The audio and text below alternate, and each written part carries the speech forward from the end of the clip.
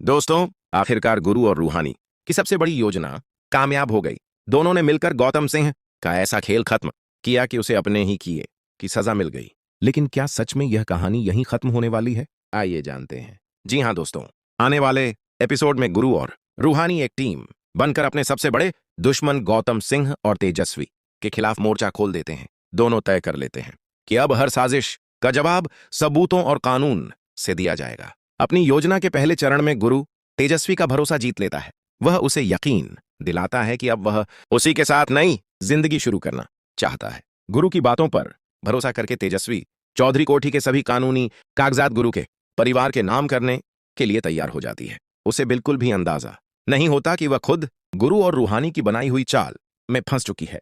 वहीं दूसरी तरफ गौतम सिंह को धीरे धीरे शक होने लगता है कि रूहानी उससे कुछ बड़ा छिपा रही है। उसे महसूस होता है कि रूहानी की हर हरकत के पीछे कोई गहरा राज है। इसी वजह से वह चुपचाप रूहानी पर नजर रखना शुरू कर देता है और उसके हर कदम का पीछा करने लगता है। एक दिन गौतम रूहानी का पीछा करते हुए उस जगह तक पहुंच जाता है जहां गुरु पहले से उसका इंतजार कर रहा होता है। लेकिन जैसे ही रूहानी को गौतम की मौजूदगी का एहसास होता है, वह तुरंत समझदारी दिखाते हुए गुरु को छिपा देती है। गौतम वहां पहुंचकर काफी देर तक इधर उधर तलाश करता है, लेकिन उसे कुछ भी संदिग्ध नहीं मिलता। मजबूर होकर उसे खाली हाथ वापस लौटना पड़ता है। इधर गुरु अपनी योजना के दूसरे और सबसे अहम चरण पर काम शुरू कर देता है। उसे पहले ही पता चल चुका होता है कि जिस व्यक्ति को सब मृत समझ रहे थे, यानी गौतम का निजी सहायक, वह अभी भी जिंदा है। रूहानी पहले ही गुरु को यह सच्चाई बता चुकी होती है। अब गुरु और रूहानी सीधे पुलिस के पास पहुंचते हैं।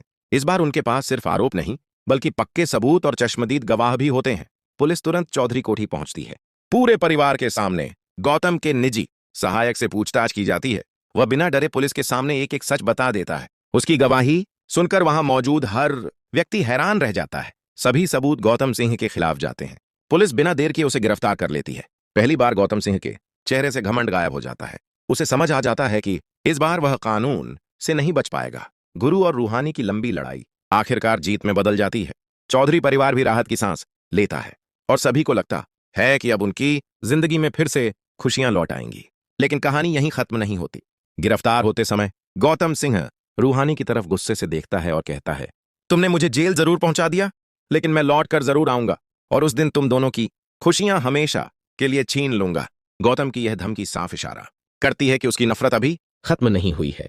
अब सबसे बड़ा सवाल यही है कि क्या गुरु हर बार की तरह रूहानी की रक्षा कर पाएगा, या गौतम सिंह की अगली साजिश उनकी जिंदगी में फिर से कोई बड़ा तूफान लेकर आएगी? आपको क्या लगता है?